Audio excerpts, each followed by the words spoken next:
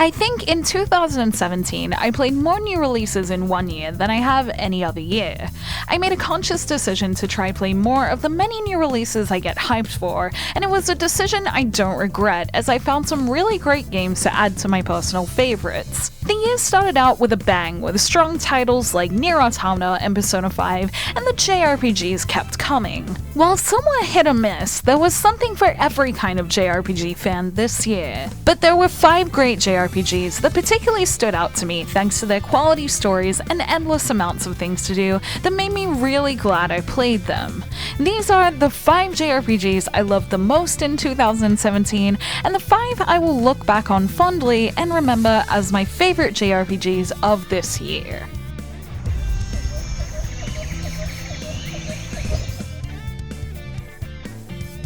After putting Final Fantasy XV high on my list on the blog last year, Xenoblade Chronicles 2 may just be the kind of open-world game I've been missing a little this year. I'm 45 hours in and about halfway into the story, and while I usually prefer to have finished games before declaring them as a favorite for the year, Xenoblade Chronicles 2 is my inner completionist dream, and there is so much to do in it I can almost guarantee I'll come back to it when I'm done with it. I'm becoming more and more fascinated with its blades and blade combos as I play it that make its battle system one that stands out from the others I've played this year, and although its story may not be my favorite, the gameplay and big world full of things to do make it a memorable favorite just in time for the end of the year.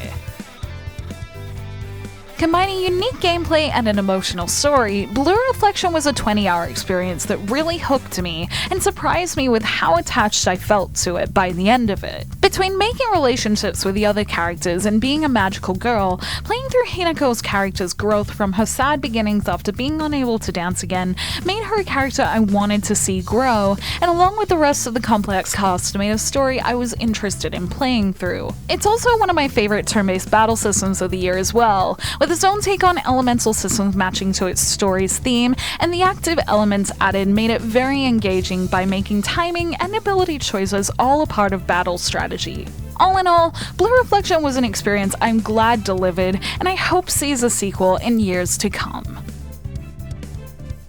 The Dot Hack series was one of my JRPG regrets for a little while, as I never really got the chance to go back to it after trying a little of Dot Hack Infection years ago. Enter Dot Hack GU and its last Recode remaster this year, and I was both reminded of why I was interested in it in the first place thanks to its area word system, and then hooked in by a story saga that evolved from Haseo's quest for revenge to something much greater. I enjoyed forming a rhythm in combat to counter enemies' attacks too with my own, and seeing what Haseo's many forms can do, and with the interesting cast of many characters of Dot Hack GU by my side, each of the 4 volumes within Last Recode had me wanting to continue to the next one right away to see what happens next. Although I only finished it fairly recently, I can already tell that Lost Recode will be one that stays with me, thanks to its great story and plenty left out to do and lore to uncover. Much like a real MMORPG, the only thing stopping me from picking it back up again is fear that I'll get engrossed in its detailed world and not want to put it back down. Challenging existentialism and other heavy themes revolving around humans and androids, Nier Automata is a wonderful reminder that games are an art form, and the unique way Automata's story is told really puts it in a class of its own. It's already received a few Game of the Year awards from a few different game websites for many reasons. Its captivating story, fulfilling action gameplay, and multiple meaningful endings all make Automata great, and it's a no-brainer to proudly put it high on my own list. I could talk about how great the characters are, how emotional the story was, and how well it tackled the deep concepts it covers in its story, but the long and short of it is Nier Automata is one of the absolute most-played JRPGs to come out in 2017, and I'm proud of how it was one of the high-quality JRPGs this year that put the genre into the spotlight for all the right reasons.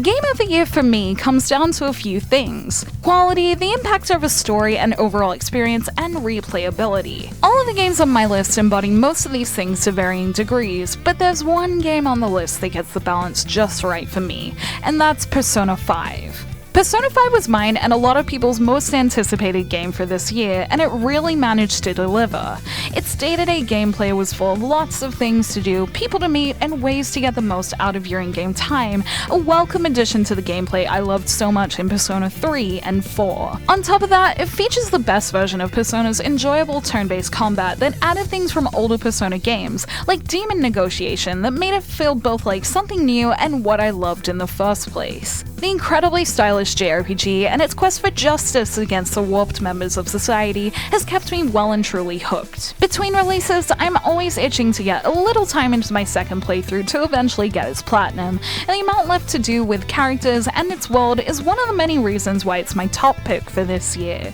In 2018, I'm sure its world of many things to do will keep me coming back to it, and the sheer quality of all of it makes it a fun and worthwhile experience every time, and I couldn't be happier that Persona 5 was all I wanted and more from a JRPG this year.